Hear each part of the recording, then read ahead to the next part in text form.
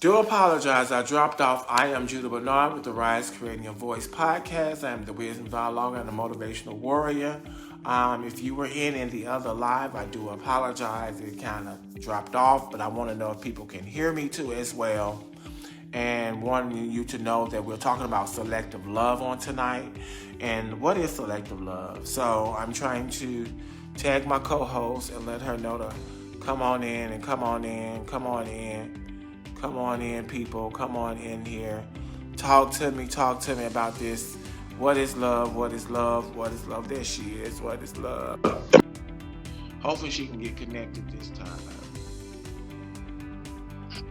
Yay!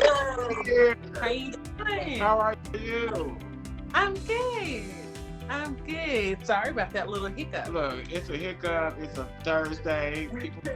People were working and things like that. So I just thank you for showing up today. I know it's Veterans Day, so we definitely want to wish all of the serving veterans out there a happy Veterans Day. I hope you took charge of all the freebies and whatever they were giving out. We salute you. Absolutely. I salute myself because I'm a veteran. Oh, well, happy Veterans Day to you. So I'm excited. I worked out and I'm feeling really tired right now, but I'm going to go on and push forward. We're pushing forward. Yeah. So we're talking about selective love, and I did a little excerpt starting from the beginning, but I think I deleted, so I'm just going to start over. Selective love, from a personalization standpoint for me, is let's say that love is not selective, but can select. So love is a choice, but I don't think selective love is a whole term. And I think people get it intertwined with, because I chose them. But the thing is, because you're a human, you have that type of choice. Mm-hmm. Now, you can't select the love that they give you. Mm-hmm. Because no one knows that measure of love that they're giving you.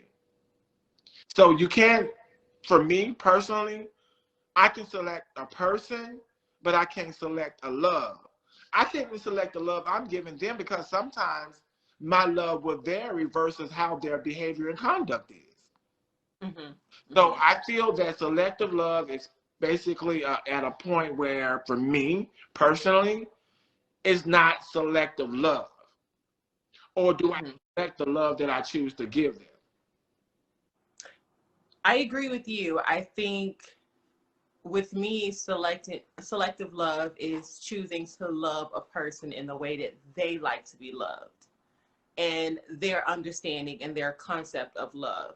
So if I'm a person, for instance, they have the, the 5 languages of love, or the language of love, right? If I personally am not really big on gift giving, right? Like I love flowers, but I'm not really big on gift giving. But I'm big on acts of service, even though I battle with it at times. But if someone does something kind for me, to me that shows they love me more than if they went and bought me a designer handbag. Mm-hmm. So I think selecting a love is selecting to humble yourself and love that person in the way that they choose to be loved, and they like to be loved, and they understand love, and they do it back. So then in that way, I'm communicating to you the way that you want to be communicated, how you want to be communicated to. So now I have a question. Mm-hmm. Love language and things like that, then again, for me is, how can someone say they love me and hate me in the same sentence? Like they'll give you that designer bag, or they'll give you this, or they'll give you that. But then again, come around, I can't stand you in this way. Well, I think love is a choice. You choose to be in love. Right. So I agree with you in that sense, Judah. I heard someone tell me once that even when you're looking at marriage, there's a possibility that you can fall in and out of love in the course of a marriage, but you choose to be married and you choose to show up every day and be present in that marriage. So I think, to answer your question, it can happen. I've been in love before where I looked at somebody today and I'm like, oh, today you are just not the person that, is like ruffling my feathers. Right. But at the end of the day, when I close my eyes and I wake up every morning, you are the person that I'm choosing. You're the person that my heart chose. I choose you. So I think that's where love is a choice. Okay. So that means you can actually have selective love for someone else while you're in love with that person too? Because now it goes real harsh for me that I understand for me that and I'm looking at it from a personalization level that once I'm in love with that person or love that person. You can have agape love for a lot of people, which is conditional love, unconditional love. But this is the person where they will get more, they will have more attention and have all of the things that the perks of having someone to love you. But then again, on the opposite, I don't see the true choices because for me, humanly, I choose to love that person. Right. But I wouldn't say it's selective love because then again is I can't measure their love, and sometimes even love languages can get misconstrued. They can. Because at the end of the day, if you stop and look at it, that every day I don't feel like being a giver. You know? Sometimes I just want to be spooned, you know? But I don't think we should be measuring the other person's love. When I'm in love with someone, I'm not measuring their love. I'm measuring their input. How much are you putting into this? How much are you pouring into this? You know, does that make sense? It's like for me, if I'm pouring in 50% and you're only pouring in 30, I'm not measuring your love. I'm measuring how much you're showing up and how much you're being present with me in this relationship. Again, someone once said to me that, well, not to me on TV, to me because I was watching TV, but whatever. He said that every day him and his wife wake up and they are in a friendly competition to win each other's love every day. So he says if she wakes up and she makes a fantastic breakfast, which she knows breakfast is his thing, he plans on making a fantastic dinner because she knows that she loves dinner. So that's what I feel like I measure people by how much they're putting in. If I'm dating you and I'm calling you and I'm present with you and you're not giving that back, then I'm measuring the fact that you're not present. So therefore, why am I going to pour into this as well? So I think it's all about the input for me. And I understand that, but at any given time, if they are not as expressive as you may be, then y'all don't have the same love language. So how are y'all going to move forward? I don't know. Some people do. But then again, Judah, there are some people who they don't match with how they select to show their love. They don't match. But that's why I say if you really want a person or if you really want something, you have to speak that person's language. If that person matters to you and if the relationship or the unity matters to you, I need to speak your language. So for you, Judah, if I know that you love good morning text messages, I'm going to wake up, I'm going to make it my mission to send you good morning text messages every morning because I want you to know that I am here. Right. But if I'm like, nah, I don't do that. No, text message is not my thing. That person is not going to feel anything to even be selective too, because what am I getting? What's here for me? And I totally get it. And I think it's all about that learning process. But I guess for me, because over the course of years, people change. You know, just any relationship, a previous relationship, I'm the type of person it's not that I'm checking up on you. I just want to know, are you okay? Some people don't like that. They think it's overwhelming. But to me, I'm looking like it's not that serious. Well, Julie, you know what? I know some people may think this is negative. I don't. I think in the beginning of dating, you should spend more time finding out what the person don't like than what they do. I think that. But I want to because But people don't want to do that because they don't want to see the ugly side right now. They want to see the glamorous. They want to see the honeymoon and the butterflies. And they want that representative to be there and show all the positives. But I need to know what you don't like, because when I know what you don't like, then I have a better concept of understanding how you're going to handle it. Right. And that lets me know if we're suitable for each other later on down the line. Exactly. But I think the whole thing about it, Judah, is to back up. Before you even decide to be quote unquote selective, or before you even decide to be anything with someone, you have to know that you want it for yourself. Because that's the only way I'm going to love you. Unless I know, and I tell people all the time, especially when I'm dating somebody, I need to know that you want this for you. Whether it's me, another woman, another person, you want this for you, because only then are you really going to give it 100, 1,000%. Right. You just need to be figuring out if I'm that person, but you should want it for yourself. Right. Because then that's the only way. And I think the biggest things that is you have to be selective for yourself. And I think you brought up a good point, because I think some people want a companion or that body there. Yeah. The actual intent of love. Yeah. Well, then why do people, okay, so good point. If this person, if person A, okay, break it down, like, remember in high school how they had A and B person? If person A only wants companionship, but person B wants marriage, right? But person A wants all the benefits of marriage, but they don't want marriage. Then should person B be selective on the love that they give? But sometimes whether person A and person B have not even communicated it, you have some type of behaviors in some of the things that they want. And sometimes it can be in conflict too as well, because somebody is looking for total marriage. Somebody is just looking for the benefits of the marriage. Yeah. Just the companionship. But then again, when you stop and think about the whole realm of it, it's not going to lock well, because basically somebody's looking for a lifetime and somebody's looking right now.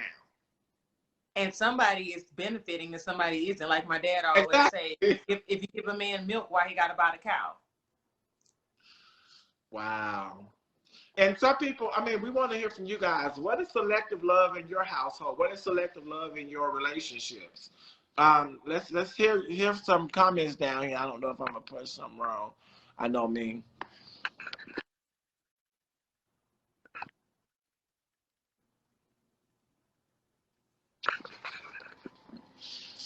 Come on, let's hear your comments. Let's hear.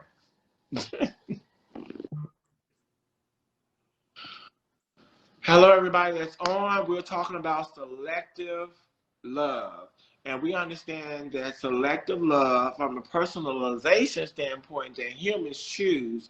But love can be somewhat selective, but love is not selective. You can have selective love, but it depends on the different things as you're looking at the elements of love. We particularly talked about love languages and sometimes how they can change. So then again, be careful about the love that you select, because especially if it changed in and out of that relationship, you can become confused easily, and there's a lot of drama.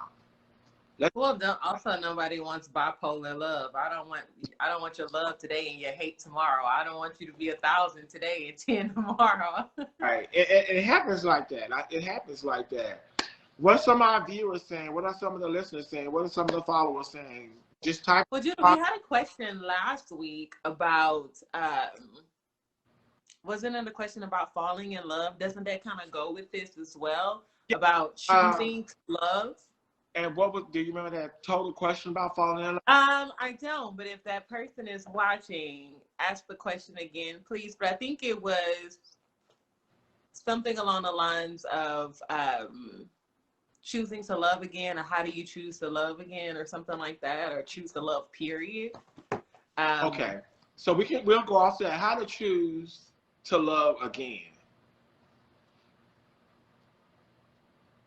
I can start off. Is basically number one for me is I don't want I don't want to receive the same love as I was given. So what I want to do is, start doing self-assessments of how I love, or how I choose, or how people discuss how they felt that I love. Like, I'm more feedback. Like getting feedback. Yeah.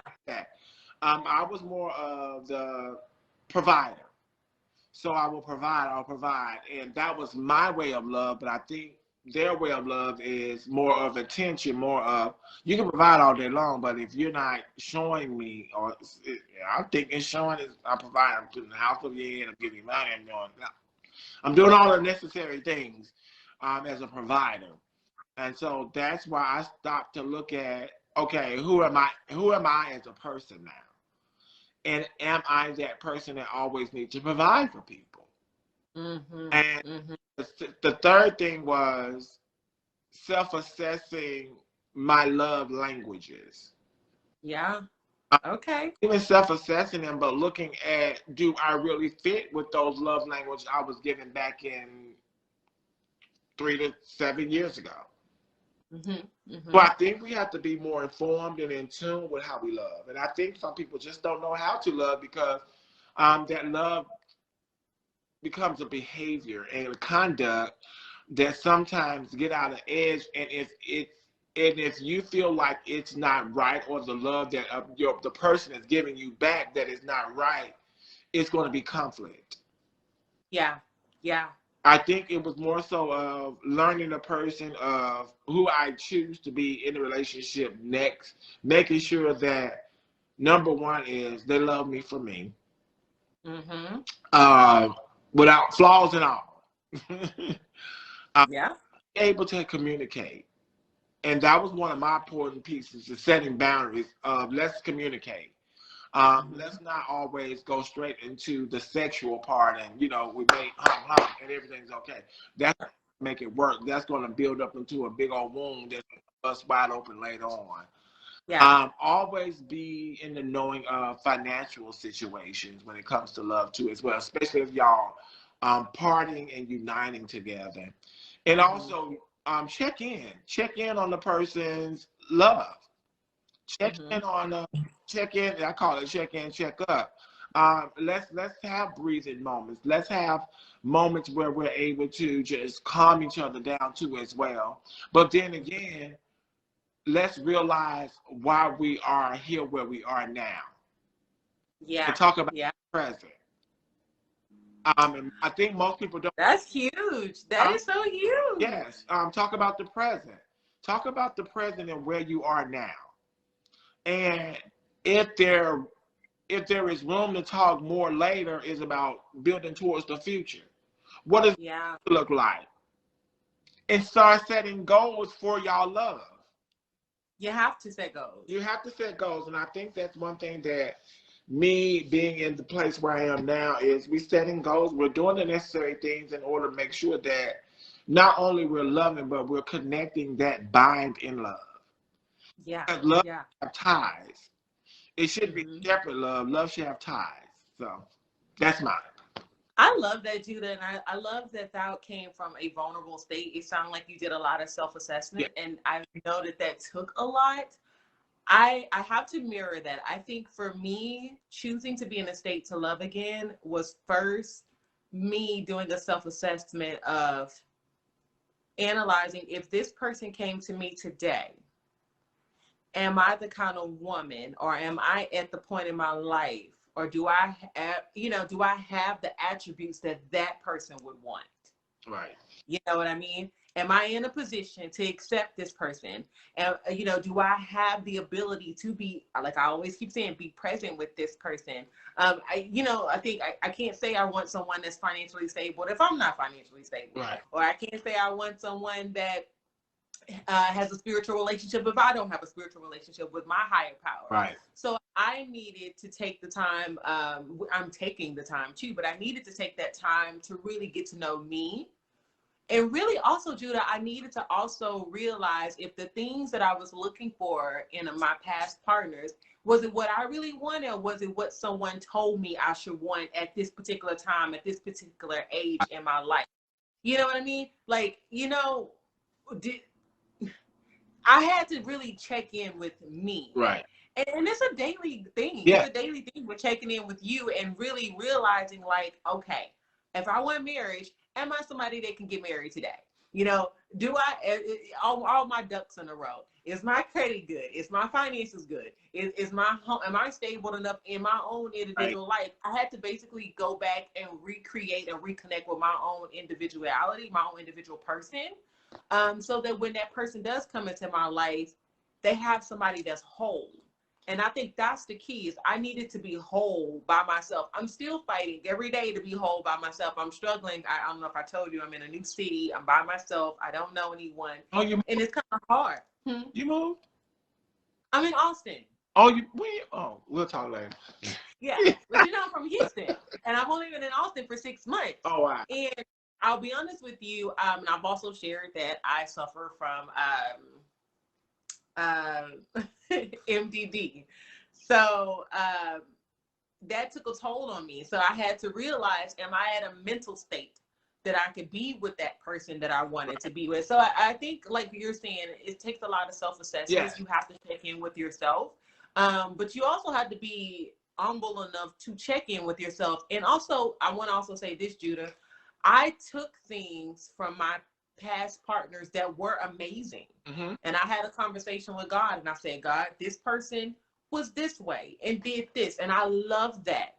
If it suits you, I would want this, but even more, even greater in my forever person. Right. It's okay to take those positive things that, you know, everybody wasn't all bad that you dated. It's okay to take those positive things and say, I liked that this person did this, or I liked that this person was this way. I want that in my forever person, even though that was not my forever person. And I want people to understand that you're not going to always choose the perfect match. And nothing's perfect. But understanding that in it, that communication got to be in selecting. And if you want to do selective love, because I think what we understand, I think sometimes we do selective lusting. They have all of the outside attributes of they're 6'2", muscular, and or they drive 5'11", skinny, 0 body, 36 this, 24 weight, all that stuff. That's selective lust. That's not selective love. That's a selective. It's a. Let me just put it simple. It's a freaking down moment. It's a BOOTY call. Let's just be honest. But sometimes they may not be your intention, Judah, and it turns into that. Sometimes you may actually literally be looking to seriously date someone, but the moment you start becoming intimate, that is a distraction. I think the hard thing is dating somebody with no sex. Doesn't necessarily have to be intimate. And I think from my relationship that I'm in now, the intimacy comes after marriage. Sex? Yes.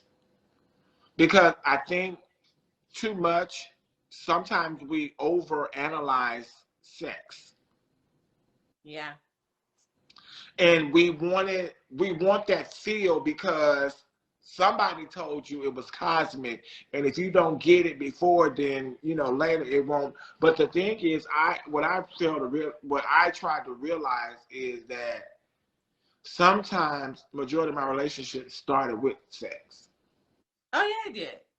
Because when people say, so why can't I change that paradigm and not do it? But when people say that they didn't lust, I think the first thing you do when you see someone is you lust, because you're looking at this person, you're like, oh, this person is attractive. So when somebody say, I didn't date you for your looks, I think that's an immediate lie, unless you met this person on the phone and you've never laid your eyes on him. The first thing I notice when I see someone is something physically about them that I am attracted to, whether it's your smile, your skin complexion, your charisma, your demeanor. But yeah. I think most people start to, and excuse me if I'm using this word, start fantasizing about that love. Yeah, romanticizing. Absolutely you do. And then I look at it from a standpoint of what comes after that, especially when there's no communication. And, pheromones are all blowing up and everything. And then pop goes the weasel, then the weasel go pop. And then next thing you know, it's an instant relationship, and you're like, well, how did I get here? Okay, but hold on though, Judah. It happens. On the opposite side, sorry, my dog is right here. On the opposite side, how long is too long? I don't know. And I think that's just for the individual people. Only they know how long is too long or how long is too short. Yeah. But then again is don't be so easily ready to rush into something that is not. Personally, for me, I want to just be in a peaceful, calm relationship. I'm in right now, and it's in it where you're able to handle the situation, being able to communicate, being able to say positive things, and also be on a mind frame of equally being able to express yourselves. Yeah. But then again, not worrying about the after effects. But I think it's a catch-22 because you're saying don't be so eager to rush into something. I agree. But I also feel like that goes along with what I said earlier. If two people are individually ready on their own, before they even meet each other, they're ready. There's no reason, to jump into something immediately, but there's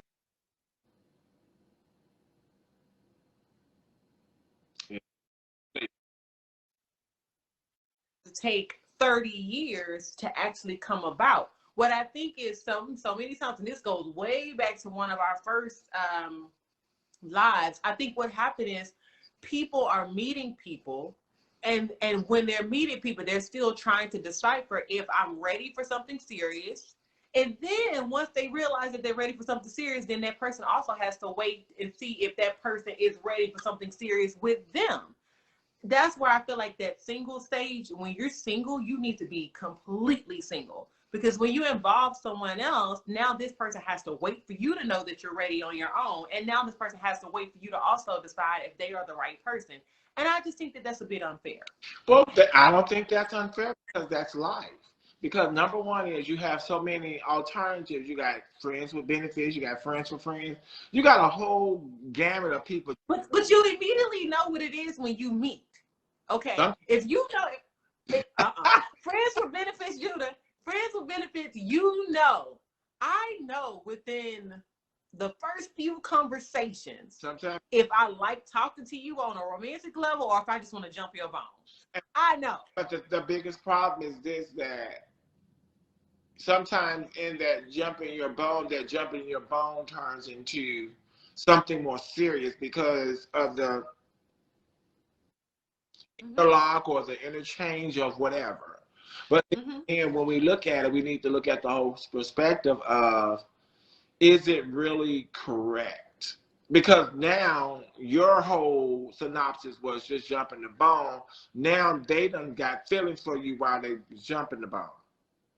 Which again, like you said, it can happen. But then again, will you be ready to? Because your whole idea that night was jumping the ball. And you might be, a person like, well, that's what it was, and that's it. But so then I think that's where person A and B comes in. Person A, maybe both of y'all just want to jump each other bones. And then you wanted to wake up and go about your life, but person A wanted to do it again. So you go, you see them again. You see them on Tuesday, you see them Wednesday, you see them Thursday. Next thing you know, it's a situationship. It's a whole situationship. A whole situation. And then, things happen and people, yeah. Some people leave, some people stay, then somebody's pregnant. It's so many narratives that we can draw from it. Okay, so then back on topic with that then. Yeah, it's a whole. If we're selecting love, when do you think it is the appropriate time to select that? Is it immediately when you first meet each other? Or do you think throughout time you will decipher it if this person is a romantic person or not? And then how long is too long for you to waste this person's time? And I think this is all about people and their individualities. But again, we still have to think about people's desires. Their wants, their needs. But for me, the biggest problem is sometimes people don't really communicate that. And some people are just not good communicators. So therefore, it's sort of like lead on, but then again, it flips over to something totally different because you don't know how many other bones people jumping outside of your jumping bone. That's true. It becomes risky. Okay, so then do we... All right, now I have another question. Then you gave me another question. So since we're talking about dating and being selective and all of that, do you agree with the many stages of dating? Do you agree with meeting someone and y'all are just talking? Then there's this exclusive talking. Then there's a whatever else that people like to add in there before it's a relationship. What do you think? So I think for me, number one is dating is dating. So when you immediately decide to date someone, you're exclusive. Yes. Is that a conversation that should be had? Conversation that's had, like, look, hey, we're dating. Okay. And what my big word I use is exclusivity. And you know, this is what it is. Okay. If it went on one day, like, it's one day. But if we're going on multiple days, that's something totally different. And I think people need to understand that some people go on dates, but then they keep going on other dates with other people. Then they're going on multiple dates, then they're just out there. And then they still go on a date with that next person, and then might be going exclusively with that person, but then they still going out on dates.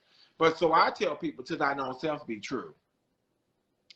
Because the thing is, you wouldn't want somebody to do that to you. And that is that person or if person B already told you to person A that I want to date exclusive. That don't mean person A keep him or her options open and keep dating other folks. Yeah. A marriage. People go outside their marriage and cheat. All the time. Let's just keep it real. But the biggest problem that I have with that is, what is it that takes us out there? Is that selective love? Or we just want to jump again, I can't stress it enough. You have to want this for yourself. For me, Judah, I'm just like you. I agree. The moment I acknowledge that we're dating, that means my attention is on you. Right. That means it's me and you. But then, okay, but hold on, because this is where I think it gets crossed. Just because you are exclusively dating someone, some people automatically consider that a relationship. Is it a relationship? I don't think so. I don't think it's a relationship until you declare it a relationship. And I think that's the biggest problem, is that it's still that communication piece. Because somebody, you can be saying you're dating with dating exclusive. They in their head and in their own little body and their feelings and all this touching and all this stuff, they're able to say, oh, I'm in a whole relationship right now, but haven't expressed that to you. Yeah. And next thing you know, you go on another date, they handing you the keys of their house. You were like, oh, wait, this is a little deep now. Yeah. So, because I don't want to be, you know. But the fourth and fifth, they give you other stuff. You're like, well, like I was just what we doing here? So you stop and think about, like, where are we going? I agree. Yep, I agree. It's happened. So I understand. I think we still need to set boundaries. And you have to understand. Number one is we all didn't grow up in the same household, and I try to say this every time that I talk to people, is that I would never know what you've gone through or what that love looked like for you in your household when you grew up at. But let me show you what mine was. my dad, my mom, my stepmom, all of them were there for me. So I don't know what that relationship looked like for you and your father and your mother and things like that. So let's start having, and that's what I do. I have that discussion. Mm-hmm. My red flag is number one, if somebody's not even taking me to their parents' house. And in what time frame? And that could be whenever they feel like it. Mm-hmm. When they feel comfortable about it. But if we're dating still for a year and I haven't seen your parents, looking like, what, they're in Africa? Over there? You have just some questions. Mm-hmm. And I think for me, and I let people go because I'm looking like, if you can't communicate with your parents, you can't communicate with me. Or if you don't have a relationship with your parents. I'm just, I keep that. We talked about that last week. But we still understand that people still have some other, and it's good. There are. Whatever their narrative was, and then people try to accept that. But I feel that no matter what, and that's just probably one of my values, that our whole family was one of my high values, along with spirituality. Mm-hmm. Again, when we don't, it's sort of like it's a challenge. Mm-hmm. Not saying that you gotta continue to talk to them, but I think it should just be some type of relationship. So that's just me. Okay, all right. Well, I think down in the comments, CP Peterson actually brought up The Wait, and I'm glad she did, because The Wait is actually a book by Megan and Devon Franklin. I think Megan Good and her husband. Yeah. And they wrote this book about the wait, which I have read, and I think it was absolutely fantastic. And it talked about basically having that time to take sex off the table, take it off the table like it's not even existing. And it's tunnel vision on getting to know you. I want to know about your childhood. I want to know about you. I want to know about how you see the world. I want to see things. I want to do things with you. Yeah. And when you take sex off the table and it's not a distraction, I am more capable of seeing you for you rather than seeing you for the moments that you make my body feel good, right? Right. So, or not feel good. Or maybe, yeah, because both people might not feel good. Just saying, but but it's such a good book, and it gives a lot of good pointers on that. And I think if no one else has read that book, I think people need to. And it also gives you a moment of strength, of control. You're controlling those urges, and you have those urges, but you're controlling those urges. And it's supposed to award you to have a more solid relationship when you do decide to have one. Right. But the funny thing is, because that they talked about them, and they also talked about Sierra and Russell Wilson, because they had a year of getting to know one another with no sex on the table, they were able to make solid and good decisions that this was their forever person. Yes. They were sure that this was their person. Like I loved when Devon actually mentioned, I'm not gonna give the book away, you guys gotta read it, but he said by month 5, I think he knew Megan was his wife. So from month 5 all the way to month 13, by the time they got married, he was then focused on the future marriage that they had. It wasn't any distractions. I wasn't still trying to figure out if you were my person. He knew that he was his person because they didn't have sex to distract them. And it's a really good book. Right. And I think what we still have to understand that sex is a distraction. Oh, absolutely. It's a distraction. It's a cover up. It's an excuse. It's all of that in the beginning. It's a I don't want you to get to my past, so let's have sex. Oh, yes. So we have, do you believe in selective love? And if so, wouldn't that overshadow the blueprint of universal love? Are the two loves capable of coexistence as one emotion? Do I believe in sex? Not sex. Do I believe in selective love? And if so, wouldn't that overshadow the blueprint of universal love? So here, do you want me to tackle that? Yes. Now, Personally, I don't believe in selective love. Personally, I believe in humans select who you choose to be with. And that might not be love. That might be lust. That might be attraction. That might be whatever that selection piece may be. And I never saw, because for me, agape love is unconditional love. And that's just something universally we have. Once you get to what's the word I want to use? Marriage type of love, or the love that you have for your spouse or your other, whoever you're with at that particular time, is something different from universal love. Universal love is the love that Jesus had for mankind.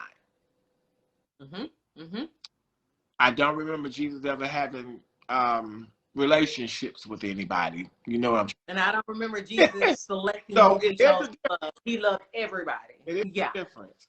So selective love for me is, I don't feel that it's conditional, but it also looks at a piece of that humans select, but then again, humans have a choice to select. But then again, in universal love, we are supposed to love everyone.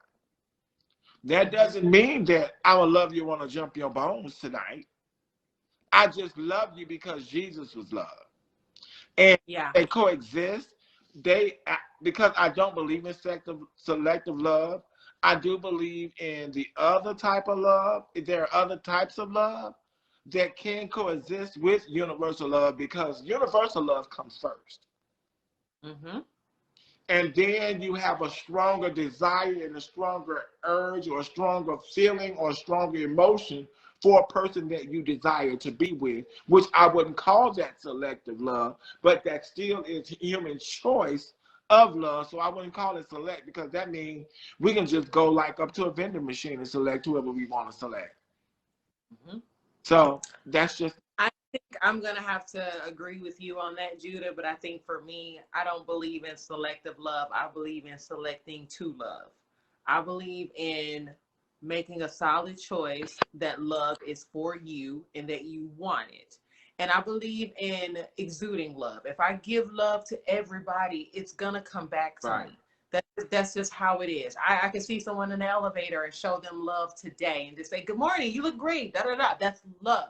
So I believe in pouring out love, but I believe in waking up every day and choosing love. So when you meet that right person, that person is so easy to decipher if this is that person that you're choosing, because you've already made a solid decision in your heart that you want to love, and you want to love like God or like whoever. So when that person comes along, it's easier for you to decide if this is your person. Hopefully we asked... Oh, good point. Thank you. We try to make good points on here. Are there any other questions? Thank you, Tony, for that great question. Are there any other questions on here? I know we were going to talk about something for the next topic. I can't remember it. I think C.P. Peterson, if you can remember that conversation you wanted to have for the next topic too as well. But we understand that selective love is number one. Is I don't personally believe in it. And if someone believes in it, if you can come on and tell us your side of the selective love and things like that, and what's your belief too as well. Or if you want to just put it in the chat, you can put that too. And we're asking, does it coexist? I think universal love coexists with many emotions, love, languages, and things like that. But then again, universal love comes first. That's the first thing. First and foremost. First and foremost. We're supposed to love. Now, a lot of us love and then we take it back for some odd reason. I don't know why, but that's Indian love. That's conditional love. Yes. That's the opposite of God's unconditional love. I think when you love someone unconditionally, like I said earlier, that doesn't mean you like them today, but it means you love them at the end of the day. When I go to bed and I wake up in the morning, I still love you. It doesn't matter that I don't like you today. You may have done something that wasn't ideal for me or to me, but I love you enough to choose you every single day and to choose our love every single day. So I beg to differ that the homework for our listeners tonight is, are you having selective love? And what does selective love looks like to you? Mm-hmm. And do it coexist with your unconditional love? Mm-hmm. I think the most important piece is, if we're selective of love, then how many selections can you make? In a lifetime or at one moment? And because what I want to put on this, because if we're selecting love, I want to use the metaphor or the analogy of a vending machine. I can select many things in the vending machine that I love. I feel like if you love like that, you don't love, you're lusting, like you said. I'm just saying. There's no way you can love that many people and call it love. You are just lusting after and it turns into a desire, and it's not love. Yeah. Desiring so much. Yeah, you giving away too much love. You got too much love. You need to select to choose some of that love back. Will back. A2. EE22. Yeah, I need to will some of that back. I'm feeling out too much love. No. There's no way you can love that. And I think what I want people to do is start doing more self-assessment of who you are. And that that I talk about on many of my podcasts is creating yourself. Being able to know who you really are instead of listening to the tapes, the books, your parents, your grandparents, society, your fraternity, your sorority, whoever in your ear, whoever's in your heart, whoever's in your mind, and put more focus on self-assessing yourself into where Jesus will allow you to be or have you to be, because we need to be tapping into our predestined and what we were destined for in life. And that's the most important part, because if I'm not mistaken, and I know I'm not mistaken, is that God wants us happy. And he wants us happy about everything. So that's all I have to say. This was good. I loved it. I love talking about selective love. It was really good. Yes. Are there any other questions before we leave this place? I know we're at the top of the hour. If you have any questions, let us know. What was the other suggestion for the next topic for next week? If you can't remember, I know I can't. I think C.P. Peterson said it last week. If you can tell us, CP, we would love to hear it again. But we can go back and watch it. We'll put it on the chat for next week. I hope you guys enjoyed. We have at lady_Matt Pink on Instagram, and Jakese on Facebook. So make sure you guys subscribe and comment on her posts too as well. She has been our co-host for season 4, which we started off with What Is Love. We're still going because it's a lot of things that people need to know about love, that I think we just take love to what we feel and how we emote, and not what we should be doing. Yeah. Oh, the way my memory she said the way her memory set up, she don't remember. But we're gonna go. She has too much going on. She is working on her masterpiece. Huh? I said she has a lot going on. She's working on her masterpiece. I know. I can't wait that come. We're talking about C.P. Peterson. We're talking about the 40-year-old vegan, at the 40-year-old vegan. We both love her dearly. That is a great friend of ours, and we're just waiting because I'll be going totally vegan and after Thanksgiving, so I'm going to need a couple recipes. I already got. So wait, you go vegan after you have your Thanksgiving ham? We're not having ham. We're having a Caribbean feast. Oh, I want to see pictures of that. And jerk chicken and stuff like that. And okay, well, good. So just that was my brother's idea. If he's still on, yay, Maurice. Yeah, total vegan. I was vegan for 5 to 6 years before, and I came back to not meat per se, but you know, fish, chicken, and turkey. But then again, I really was very healthy at the vegan state. You know, you about to get her started. She said there's a meat shortage. Hey, that's why I need to go to meat. That's why I need to go away from eating meat. I know there's a meat shortage, and I don't want them to be giving us any, you know, for them people. I told them, I said, you know what, I'm gonna start picking leaves off the trees and eat them at the end of the day. That's what we ate in the Bible, and we was real happy. Shh, don't tell nobody, because I don't want. I don't have no leaves. Vegan is expensive. What? Being vegan is so expensive. I don't think it was expensive to me. It's been expensive over the last 21 days for me. Oh, poor you. I think I love it because it gives me more exercise, because you have to force yourself to go and get. Oh, she said no, meat is expensive. Yes, it is. Like yeah, meat is expensive, and that's why I choose not to have it. It's so expensive. But one day I'm going to have a big old garden where I can do, like, you know, tomatoes and blackberries. Absolutely. Pick that stuff and just eat it from the garden. I'm all about that.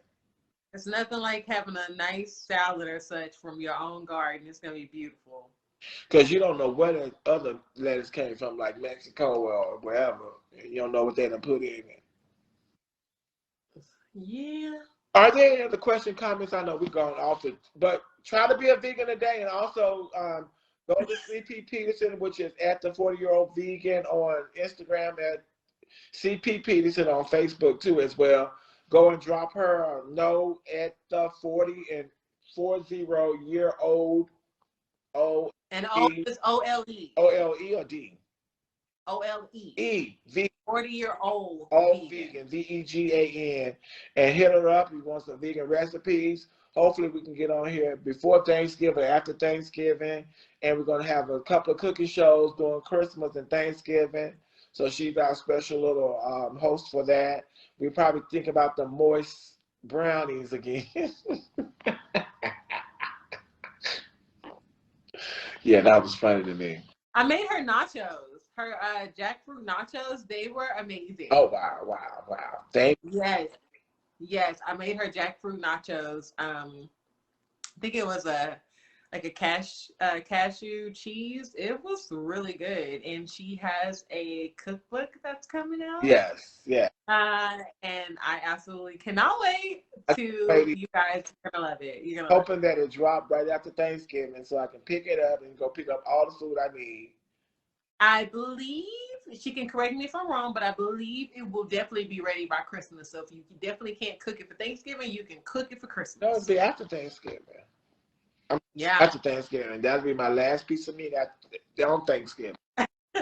Right. Well, it'll definitely be ready for the new year. So everybody gift your friend one of the books that's coming out. Yeah. It's called the 20 Shades of Vegan, Volume 1 and 2. That she's combined, and it's amazing. It has quite a bit of recipes. I think it has appetizers, entrees, and I think she has a dessert in there too. So it's gonna be great. Cool. So thank you guys for listening, and definitely tune in next week. I promise you guys that we're not robots, we're humans. So sometimes we can't come on all the time, but we do love you guys for being the audience, and always remember to tag a friend. Tell a foe, tell a friend, tell a foe, tell your spouse. Heck, tell everyone. We'll see you on the next time. And also, if you don't love nobody, if you don't love yourself, how you gonna love somebody? It's a good question. If you don't love yourself, how you gonna love somebody? And on top of that, understand, start doing self-assessments on your behaviors and conducts, because it might just be you and it's not the world. It just might be you. Sometimes you need to be quiet and understand who you are first. Well, it might not just be you, but it is us, Judah. We're not all single just because of other people. Right. So it might be you. So if you leave here, your homework is, what am I doing in this relationship? Am I a housewife or am I a HOE? I'm just saying. These are the times you look at. But my guys, am I a thug or am I a father? Well, do the assessment. Like I said, I had to do. Ask yourself, this person that you say you want, are you the person that that person would want if you met them today? Ask yourself. And Cheryl, you are not. I'm done with her. I'm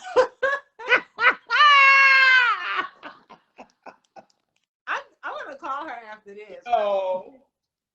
But no, ask yourself and make sure that you are the person that that person would choose today, that you're in a position in your life, emotionally, mentally, even physically, heck, that that person would want. You can't want someone that's physically fit if you're not physically fit. You can't want someone that's healthy if you're not healthy. You can't want someone that's mentally strong if you're not mentally strong. So make sure that you are assessing yourself from the crown of your head to the sole of your feet, that you are the person that that person wants. Some of them need to go deeper than the sole of their feet. They need to go. Some people are in the ground right now. Judah, that's next week's topic. Are you the person that your ideal person wants? Oh, you wrote that down? No, I'm gonna write it down. Somebody write it down. Are you the person? Because Judah, you brought up finances. All of that is very important. Are you at a point in your life that you can really have the relationship that you want? Yeah. Or the companionship, hey, are you a good companion? Are you a good communicator? You can't have somebody communicate with you if you can't communicate back. Are you a HOE?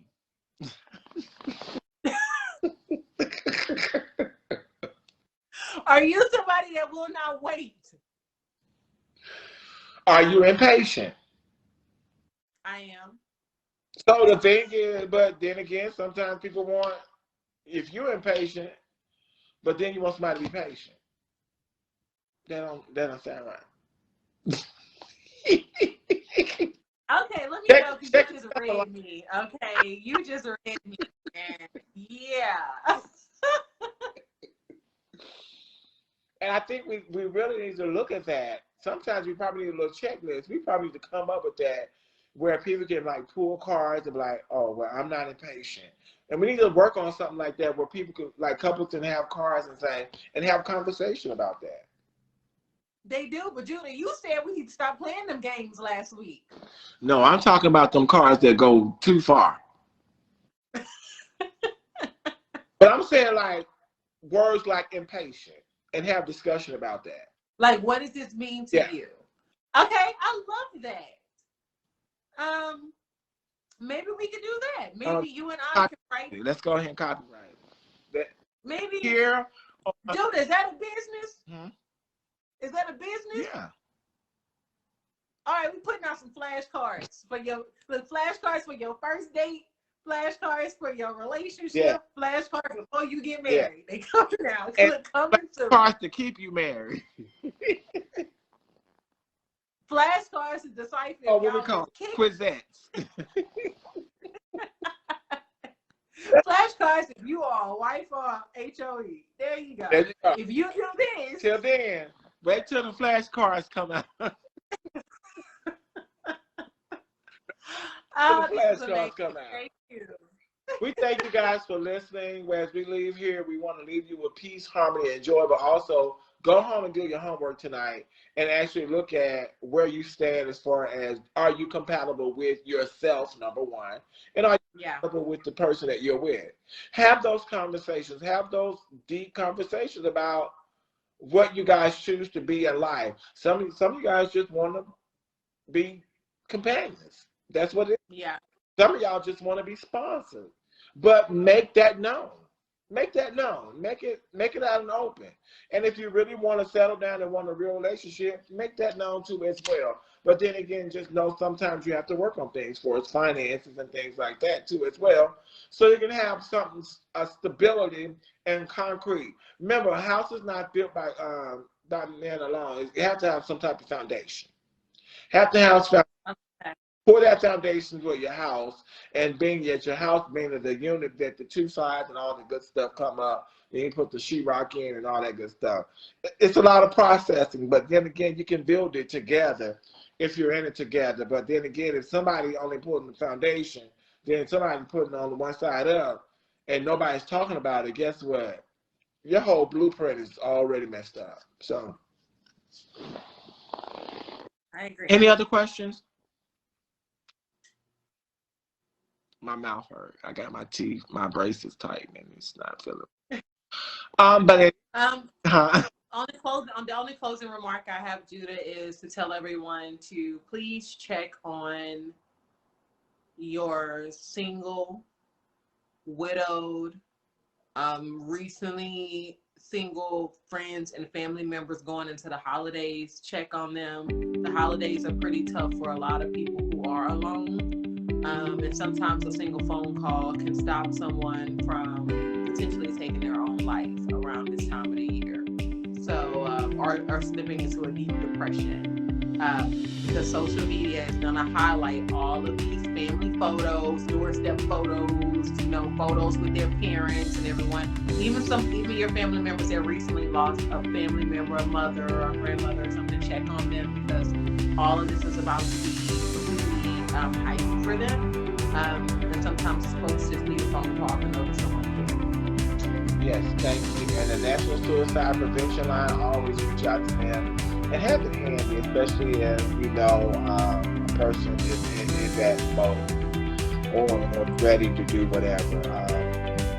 And if you are one of those people, you know one of those people, you can always DM me and I can give that to you, or DM at lady_Mac as well. So we can just reach out and know that it's not a caring moment, but this is a check-in, check-out moment to make sure that we're all checking on each other so we can have a great time in our hearts. So there's no more.